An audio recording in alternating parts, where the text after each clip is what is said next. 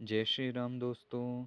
आज हम पढ़ेंगे कक्षा 9 आपदा प्रबंधन चैप्टर 8 मानव निर्मित आपदाएं, रोकथाम व शमन। ठीक है। अब इसमें पुस्तक के जो आपके प्रश्न उत्तर हैं उनके बारे में हम डिस्कशन करते हैं। मानवीकृत आपदाएं क्या हैं, उल्लेख कीजिए। पहला प्रश्न है, मानव की असावधानी, भूल, गलती या दुष्कर्म से घटित होने वाली आपदा को मानवीकृत आपदा कहते हैं। ये पूर्णतः मानवीय होती है, अतः इनके लिए मानव ही उत्तरदायी होता है। इन आपदाओं के अंतर्गत आग लगना, परिवहन, रेल या बस दुर्घटना, औद्योगिक या रासायनिक दुर्घटना आदि, आतंकवाद, विस्फोट आदि सम्मिलित है। मानवीकृत आपदा व प्राकृतिक आपदा में क्या अंतर है? जो पहला हमारा पॉइंट है, मानवीकृत आपदा वो क्या है? मानवीकृत आपदा की भूल, असावधानी, लापरवाही या दुष्कर्म के कारण उत्पन्न होती है।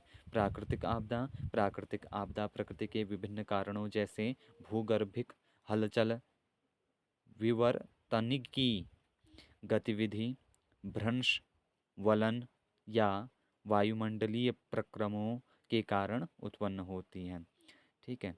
मानवीकृत आपदा में दूसरा पॉइंट, मानवीकृत आपदाओं के लिए केवल मानव मात्र ही उत्तरदायी है। इन आपदाओं को रोका जा सकता है, लेकिन जो प्राकृतिक आपदा होती हैं, प्राकृतिक प्रक्रम के अंतर्गत घटित होती हैं, यह आपदा में थोड़ा मानव भी उत्तरदायी होता है। इन आपदाओं को रोकना असंभव है। मानवीकृत आपदाएं अधिकतर सर्वव्यापी होती हैं, जैसे आग लगना, विस्फोट होना आदि।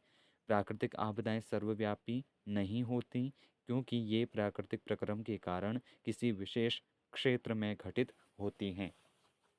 आगे हमारा प्रश्न है कि आग आपदा के रूप में कैसे परिवर्तित होती है, समझाइए। ठीक है, तो इसको हम जानते हैं। सामान्यतः आग को उसकी लपटों से पहचाना जाता है, जिसमें धुआं, प्रकाश और ताप मिले होते हैं। आग किसी वस्तु में गैस, वाष्प तथा ऊष्मा उत्पन्न करने वाली रासायनिक प्रतिक्रिया का परिणाम है।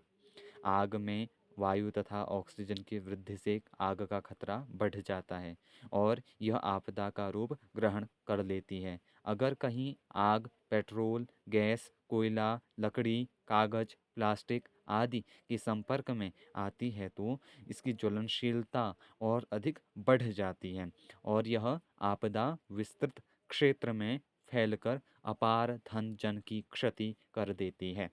आग का भयानक रूप थोड़े ही समय में सब कुछ जलाकर राख कर देता है। अतः आग की आपदा अग्निकांड अन्य सभी आपदाओं से अधिक भयानक आपदा मानी जाती है। प्रतिवर्ष देश में अनेक लोग अग्निकांडों में जलकर स्वाहा हो जाते हैं और अरबों रुपए की संपत्ति जलकर नष्ट हो जाती हैं। ठीक है। आग लगने के मुख्य कारक कौन कौन से होते हैं उनको जानते हैं। आग लगने के मुख्य कारक निम्नलिखित हैं।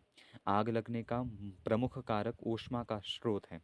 अतएव प्रत्येक ज्वलनशील पदार्थ को आग का कारक माना जाता है। आवासीय क्षेत्रों में रसोई कार्यों में लापरवाही बरतने के कारण आग लगती है। सामान्यतः रसोई गैस लीक होने या स्टोव फटने से आग लगती है।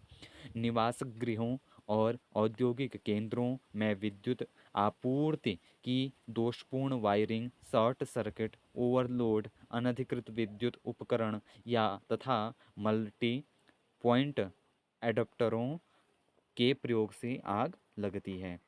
यदि कूड़ा करकट शायद इसी से जुड़ा हुआ होगा, एक सेकेंड। हाँ, यदि कूड़ा करकट खुले में बिना किसी सावधानी से फेंक दिया जाए तो उसमें आग लगने की संभावना अधिक होती है।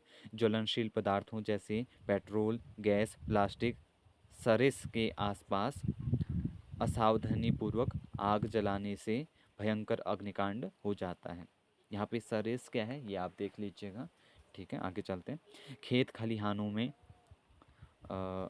या खेत खलिहानों या निवास स्थानों में लूटपाट करने के उद्देश्य से भी आग लगा दी जाती है और जो थोड़े ही समय में भयंकर आग में परिवर्तित हो जाती है। धूम्रपान के समय लापरवाही बरतने से भी आग लग जाती है। जैसे आप धूम्रपान के रूप में पेट्रोल पंप आदि के रूप में समझ सकते हैं। ठीक है, कहीं पे गैस का गोदाम है तो वहाँ पे भी अगर कोई व्यक्ति धूम्रपान कर रहा है तो उसे रोका जाता है, क्योंकि आग लगने का खतरा अधिक है। ठीक है, ये सब छोटी छोटी चीज़ें हैं, आप इन्हें स्वयं से समझ सकते हैं। कुछ विशेष नहीं है, मैं वीडियो में बस आपको बस एक लिखने के माध्यम एक प्रदान कर रहा हूँ। अगर इसकी PDF अगर आपको चाहिए होगी तो आप उसके लिए भी मैसेज कर सकते हैं। ठीक है, अगला प्रश्न इसमें हम लेके चलेंगे। आग लगने पर जोखिम के तत्वों का तथा शमन की मुख्य युक्तियों का वर्णन कीजिए। ये अंतिम प्रश्न रहेगा इस वीडियो में। ठीक है, वीडियो लंबी नहीं बनाएंगे। जोखिम के तत्व। आग को आपदा की दृष्टि से सबसे अधिक संवेदनशील माना जाता है। इसके जोखिम के तत्व निम्नलिखित हैं, जैसे भीड़ भाड़ वाली सघन बस्तियां, बाजार एवं सार्वजनिक स्थल, घास फूस की छतों वाली झुग्गी झोपड़ियों की मलिन बस्तियां, पेट्रोल पंप, गैस के गोदाम व प्लास्टिक भंडार, अग्निशमन व्यवस्था के अभाव में बनी बहुमंजिली इमारतें। शमन की युक्तियां आप कैसे शमन कर सकते हैं? ठीक है, तो उसके बारे में हम जानते हैं। आगे क्या है? शमन की युक्तियाँ। आग एक सर्वव्यापी एवं आकस्मिक आपदा है। यह कहीं भी कभी भी एक भयंकर आपदा का रूप ग्रहण कर लेती है। अतः इसके शमन हेतु हमें निम्नलिखित उपाय करने चाहिए। पहला उपाय, अग्नि वाले स्थानों को क्या अग्नि वाले स्थानों को यथाशीघ्र छोड़ देना चाहिए, परंतु निकास मार्ग में कोई अवरोध न हो, अन्यथा ये क्या लिखा है, यकायक भगदड़ मचने। ठीक है, ये भी शब्द होता है। ठीक है, एकाएक इसके जगह पे आप शब्द लिख सकते हैं कि एकाएक। ठीक है, आप यकाएक भी आप देख लीजिएगा। बाकी एकाएक भगदड़ मचने से,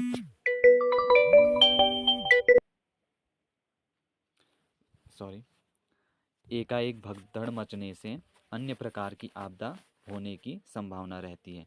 आग बुझाने वालों को अग्निरोधी वस्त्रों जैसे एप्स एस्बेस्टॉस जैसे रेशों से बने अथवा कुसंवाहक स्तरों से युक्त वस्त्रों का प्रयोग करना चाहिए। चलो, इस वीडियो में इतना ही। आगे हम बाद में कंटिन्यू कर लेंगे। ठीक है, आप इसका स्क्रीनशॉट लेके लिख सकते हैं।